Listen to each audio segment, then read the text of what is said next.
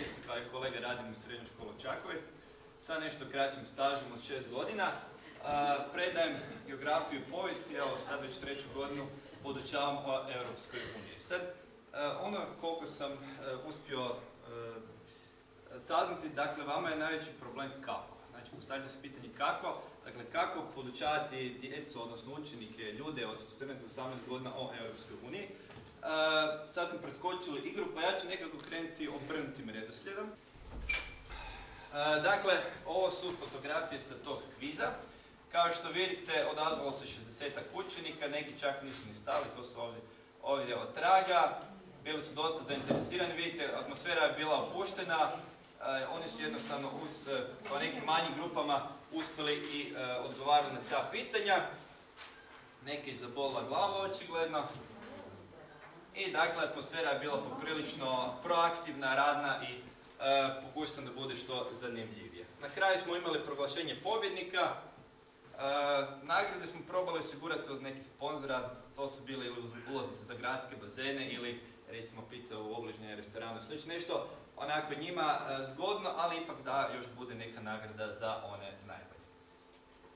Iduće godine nadam se da će se kviz nastaviti, možda na nekoj široj razini, možda to proguramo neku međužupanijsku, možda čak i nacionalnu razinu, vidjet ćemo kako će se situacija razvijati. Sad, rekao sam da sam krenuo od kraja, pa idemo onda kako je došlo do svega toga što se sada vidi. U srednjoj školi Čakovec radim sad 3. godinu, dakle kada sam došao, pojavilo se pitanje da li nama treba poučanje Europsku uniju. Europska unija, ne znam, imam geografiju možda ima, u 3. srednje ima mislim 2 sata, u 4. srednje 1 sat, iz povijesti isto možda 2 sata u 4. srednje i to je to. Znači oni iz politike gospodarstva. Znači jedno onako dosta šturo znanje koje se više svodi na nekakvu faktografiju, a pošto je Hrvatska 1.7.2013.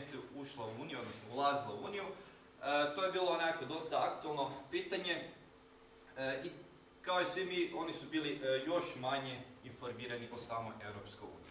I onda smo pokušali dakle nekako to sve skupa staviti u jedan fakultativni predmet, jedan izborni predmet. Međutim, došli smo onda do sljedećeg problema. Kako motivirati učenike? Ja sam, pred mene je doslovno postavljena tabula rasa. Nemate materijale, nemate udžbenike, nemate se kome obratiti za bilo kakvu pomoć i onda morate zapravo krenuti od ničega.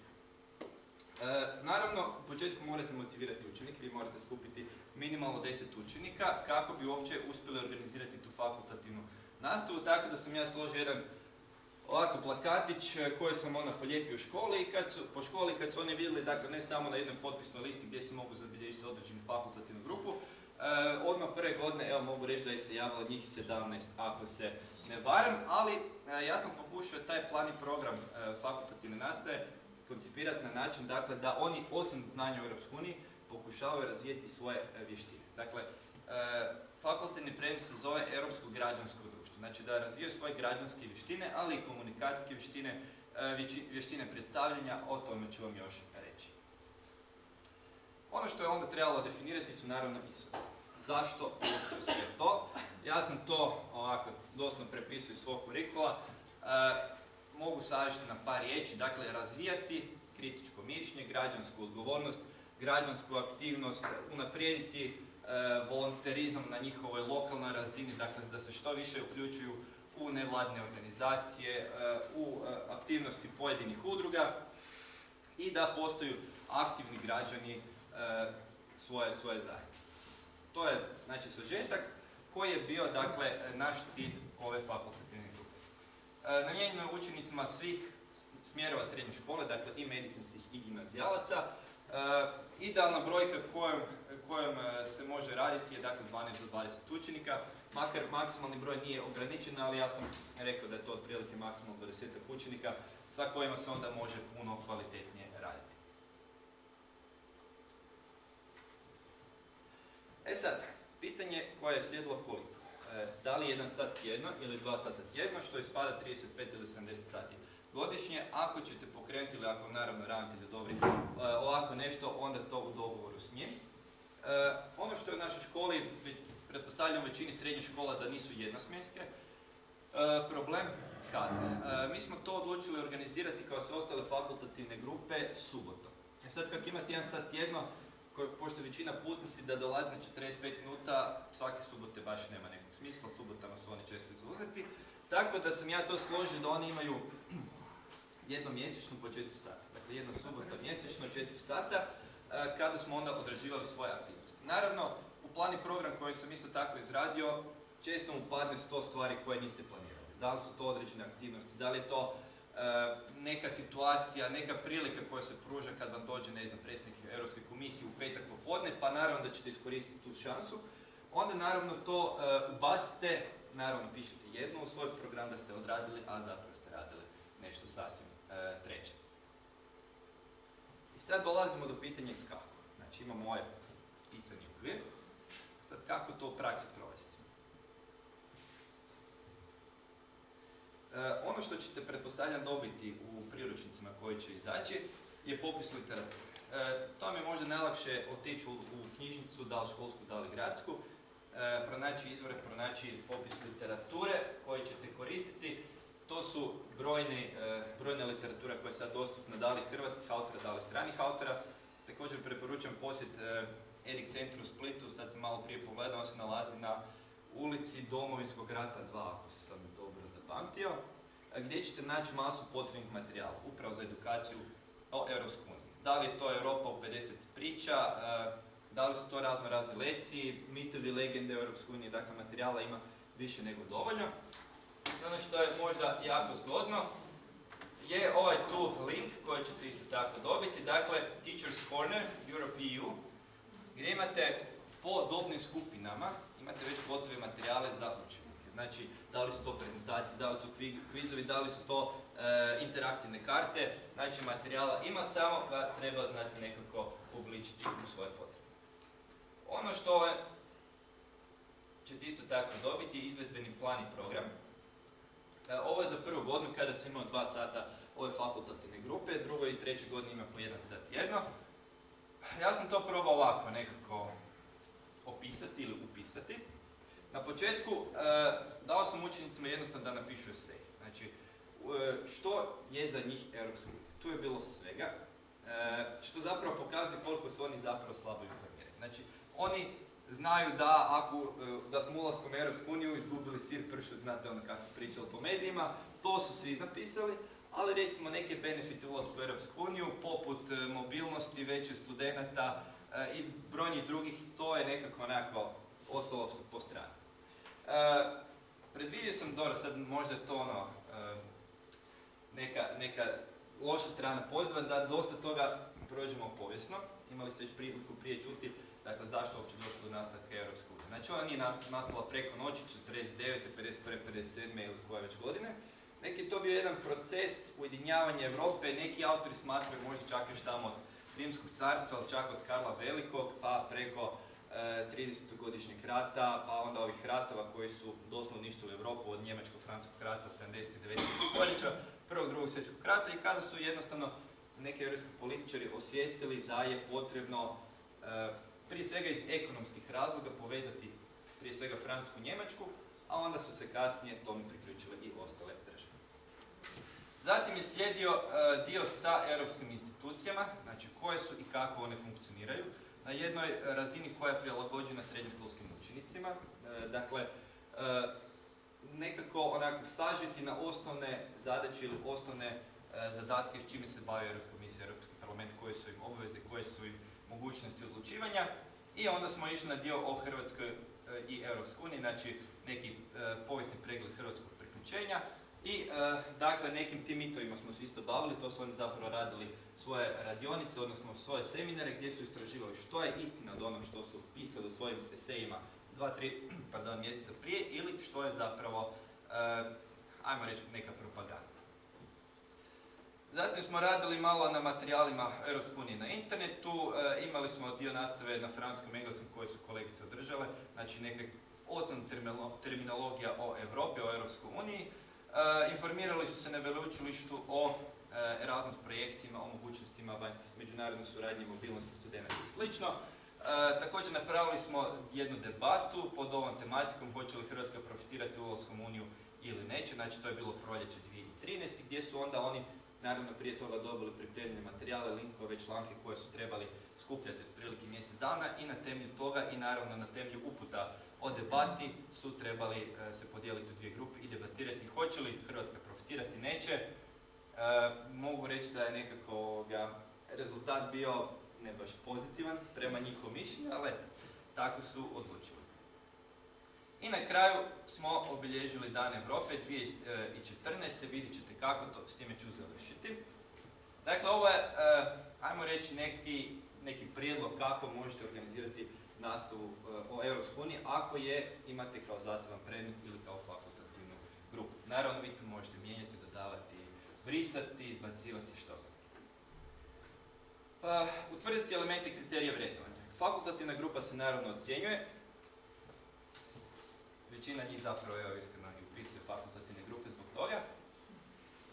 Ali ono na čem sam ja najviše zapravo tražio i na čemu sam stavljao naglasak su njihovi samostalni radovi i aktivnosti u izvannastavnim sadržajima. Znači to je bio neki naglasak i u tome je najviše visla njihova ocjena. Od tih 17 učenika, 16 ih je imalo ocjenu odličan, ovaj koji ima vrlo dobar ili se rijetko pojavljivao ili nije izvršavao nikakve obaveze. I popis seminarskih tema koje sam im predložio da mogu raditi. To su bile teme poput, znači, onaj faktografski dio manje više što smo prošli, pa do toga, dakle, kakve su bile konkretne, evo recimo ovaj seminar je bio po meni odličan za jednu učenicu drugog razreda gimnazije, stvarno se dala jako puno truda i jako kvalitetan seminar napravila. Pa su tu bile programi Mladi na dijelu, Bolonja, Europska unija na internetu, mitovi legend unije i tako dalje. I recimo, jedan učenik isto tako dao jedan zanimljiv esej na temu budućnosti Europske unije. Znači, gdje on vidi uniju za 5, za 10 godina. Ono što sam već rekao, dakle, bitno im je bilo mi je bitno da njima da nauče neke vještine. Tako da su seminarski radovi koje su morali predavati, dobili su upute kako se pišu seminarski radovi. Ono što je često problem, vidite, kao što je Miljenko rekao, mnogi od vas dobiju prezentacije od ovakvih fontova, ovakvih pozadina. Dakle, oni jednostavno ne znaju pravila kako treba izgledati prezentacija, ne znaju pravila kako treba izgledati seminarski rad. Tako da sam tu inzistirao, dakle, od navođenja literature, od citiranja, da seminarski rad nije zapravo kompilacija, kao što neki naši političari to kažu, nego da seminarski rad bude bolje na 3 stranice, ali da bude stvarno njihov, na temelju pročitana 5 članaka ili nekog rada, nego da jednostavno prepišu iz udžbenika ili iz copy-paste pa sve na, ne znam, pa sa srpske Wikipedije pa na ekavice sve ostave slično. Znate sami što sve ste dobili u ruke. Ono što smo isto tako radili je bio javni nastup. Znači kako prezentirati, gdje su oni stekli te neke ili razvili neke vještine, morali su prezentirati svoj seminarski rad i onda smo na kraju, dakle, kad je svaki od učenika prezentirao, onda su svi ostali komentirali. Dakle, znali su pravila javnog nastupa, da ne možete, znate, ko u Južnoj Italiji pa mašete sve okolo, ili da morate pratiti što radite rukama, kakva je vaša mimika lica, ton glasa povišen, odnosno visok, da ne bude monotono i slično. Znači, onda smo na kraju komentirali i mogu reći da oni te neke vještine koje su tamo stekli, što se vidjelo kasnije u njihovoj nastavi, i dalje primjenjuju. I da su njihove prezentacije ili njihovi seminarski radovi, pa barem onako, za pola ocjene ili za ocjenu bolji od učenika koji nisu dobili takve upute. Ovo smo prošli, debatu jesmo. Evo recimo možda neka od aktualna tema koja bi se sad dala raditi i koju ću vjerojatno raditi kroz vjerojatno idući tjedan ili za 2 tjedna, je imigrantska kriza i tu se da recimo za vježbu, za debatu raditi jedna super vježba ispadanje iz balona, ne znam, čuli, niste radili, niste, gdje zapravo podijelite učenike u manje grupe od 5-6 učenika i tema je, znači vas 5, na primjer, ste u balonu, balon počinje padati, vi izaberete da predstavljate neku slavnu osobu i morate izbaciti jednog od vas iz balona. Znači on neće preživjeti, ali na vama je da uvjerite ostale učenike da to niste baš vi. Znači zašto ste vi važni da vas ostave u balonu. Eto jedna onak dosta zgodna zgodna metoda gdje su oni se zeznuli pa su izabrali, na primjer, Lady Gaga pa nisu znali objasniti zašto bi ona trebala ostati u dolu. Koristio sam video klipe dokumentarce, na YouTube možete svašta naći, imate dosta kvalitetnih linkova za videe, recimo, koji vam 5 minuta onako površno, ali jasno objašnjavaju kako funkcionira Europska unija. Znači, europske institucije i za što su zadužene, uglavnom su na engleskom, ali to je razina engleskog jezika koji oni razumiju. Isto tako, u tu nastavu sam pokušao uključiti što više vanjskih aktivnosti, odnosno izvanškolskih i izvannastavnih aktivnosti, tako da smo posjetili Kuću Europe u Zagrebu, gostovali smo na Radio Čakovcu, surađivali smo sa EDIC centrom u Čakovcu, kao i svake godine na obilježavanju Dana Europe. Pomogli smo u nekim udrugama, u njihovim aktivnostima, sad mi krenemo u suprotnom smjeru, ali evo u dobrom smjeru. Ono što smo recimo, odnosno što su oni naučili o predstavljanju, posjetili smo HRT gdje su onda dobili još dodatne upute kako se treba pripremiti, kako izgleda javni nastup, koje sve pripreme trebaju proći. Makar i njima najzanimljiviji dio bio kad su došli u onu garderobu pa su vidjeli haljina i odjela i svega ostalog, ali dobro. Ovo je bilo na otvaranju EDIC centra u Čakovcu, pa smo onda odmah gospodina Baričevića zaskočili, on je održao predavanje u jednoj srednjoj školi, pa smo isto tako išli slušati predavanje, znači to je bilo petak popodne, ono što sam spomenuo, vi u 9. mjesecu ne znate da će se u 3. i 4. u Čakovcu otvoriti EDIC centar, a onda naravno bilo bi šteta ne iskoristiti priliku i slušati ovako predavanje, tako da to onda u hodu se prilagođava planu i programu koji ste predvidjeli. Ovo je bilo u suradnji s GONG-om, gdje smo se isto tako uključili u jedan kviz. Ovo je sudjelovanje na jednom drugom pub kvizu. Skupljali smo pomoć za Gunju, znači to ono što sam spominjao u sklopu volonterizma, znači da se aktiviraju da nešto rade, da sami predlažu ideje, što je isto tako jako važno, i na kraju da ih realiziraju. To je predavanje u EDIC-u u Čakovcu, znači gdje su ih upoznali koja je zapravo zadaća tih regionalnih informativnih centara Europske unije. I ono što ćete isto tako dobiti u materijalima je primjer nastavnog sata. Ona priprema, doslovno ćete dobiti pripremu sa svim materijalima za 4 nastavna sata. Ne znam da li ste radili možda, ja sad opet čisto da politiziram Most, ali radionica se zove Most. Neko radi možda? Nije. Dakle, radi se o radionici na kojoj sam i zapravo stavio na slajd samo ovu rečenicu, navodno je Newtonova, koliko sam našao. Ljudi grade previše zidova, a ne dovoljno mostova. I onda su oni 15 minuta raspravljali što je zapravo misao ove rečenice. Mogu reći, znači, pošto su to gimnazijski učenici i drugi, 3, 4 različitih medicinskih smjerova, rasprava je bila itekako zanimljiva, ideja je bila svakakih, nakon čega se oni dijele u 2 grupe.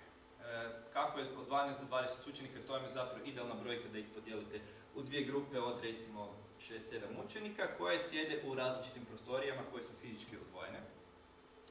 2 učenika trebate za nadzornike, znači za one big brother, koji dobiju posebne upute. Njihov zadatak je bilježiti što svaka grupa radi, znači ko preuzima inicijativu, tko što radi, tko predlaže, tko samo pasivno sjedi i onda pristupaju izgradnji mosta. Dakle, svaka grupa mora napraviti polovicu mosta od materijala kojim date. Cilj je dati im što više materijala koji im, ajmo reći, odvlači pažnju. Znači, koji ne mogu baš primijeniti u izgradnji mosta poput raznih kuglica, glumbi, penkala, papira i sl. I onda su 90, dobro, pošto su gimnazijalci malo kraće, skratili smo na 60 minuta, dakle 60 minuta je svako morao napraviti polovicu mosta. Znači, mobitel im oduzmete, oni međusobno ne komuniciraju, imaju pravo na 3 sastanka po 2 minute, gdje samo predsjednik svake od grupe dolazi i onda dogovaraju kako će spojiti ta 2 mosta, a cilj je da most izdrži jednu kemijsku olovku kada je stavite gore. I na kraju mogu reći da je to ispalo ovako. Dosta šareno, dosta zanimljivo, dosta kreativno, posebno ako uzmete u obzir da su učenici koji 2, 3, 4 godine nemaju likovnu kulturu, odnosno imaju samo povijest umjetnosti. Tako da su si dali oduško, ukrasili su vidi sa svjećicama, svim i svačim i ovaj naš famozni skateboard koji vidite gore je prešao uspješno preko tog mosta. Koji je zapravo bio zadatak? Zadatak da im se pokaže da ako njih 10 ili 15 ili koliko ih više podijeljeno, su zajedno u jednoj grupi s jednim zajedničkim ciljem. To mi je odlična poveznica da im pokažete da Europska unija koja funkcionira, gdje imate 28 različitih članica koje se moraju međusobno uskladiti u raznim područjima. Dakle, da je to jedan jako težak proces, jako dugotrajan, gdje imate pasivne članove, aktivne članove, oni koji predlažu, oni koji nameću, oni koji vuku, ajmo to tako reći, oni koji zastajkuju ili ne uspiju pratiti korak. Dakle, da je to teško organizirati u grupi učenika od 5-7 njih, a kamoli tek na razini država. Dakle, na neki način to je uvodna radionica je idealna da im se pokaže da je to zapravo jedna jako komplicirana organizacija, ali eto, ako se svi dovoljno potrudi, zajednički rade, da će vrlo vjerojatno onda i uspjeti. I onda na kraju sata, dakle, se analizira po predviđenim pitanjima ta radionica. Ovo je sa obilježavanje Dana Europe 2014. Tu nismo imali kviz, tu smo organizirali predavanje učenika prema onim temama seminara koje su imali. I kao rezultat toga nastao je jedan video. Možda ste ga vidjeli, možda niste. Ako niste, onda ćete sad. Flash mob, znate što je. Ono što je kolegica iz biologije rekla, dakle, bitno je biti vidljiv. Vi možete svašta raditi u školi, ali ako niko ne zna, niko ne čuje, niko ne vidi, onda zapravo ne znam da li postoji neki dugoročni efekt toga. Recimo, EDIC centar Čakovec je pokrio ima štand gdje su dijelili letke i zastice Europske unije koje su uglavnom uzimali ljudi i djeca pa su se fino hladili i bacili u prvi koš. Tako da, ako ste vidjeli, tu se kupilo dosta ljudi koji su, zapravo ljudi uopće ne znaju što je 9.5 i zašto se uključava, ali na ovaj način su barem stali, barem su pitali nekog strane, pa čuš što sad tu dešava i slično. Tako da je to imalo itekako dobar efekt. Velim, sljedeće godine smo onda organizirali taj quiz koji je imao još bolje rezultate. I ono što smo sad radili, što sam baš najavio, dakle, Europa pred izazovima je jedan natječaj Euroskole koji je bio objavljen do prekjučer, ako se ne varam, koji su onda učenici iz fakultativne grupe sudjelovali, prijavili, napravili video koji ću vam sad pokazati. Znači, Europa pred izazovima, 99% njih je reklo da je glavni izazov naravno trenutna migracijska kriza, pa su imali zadatak napraviti ili video ili plakat. Ovo što su učenici napravili trebalo im je otprilike 6 sati i sve su apsolutno sami radili.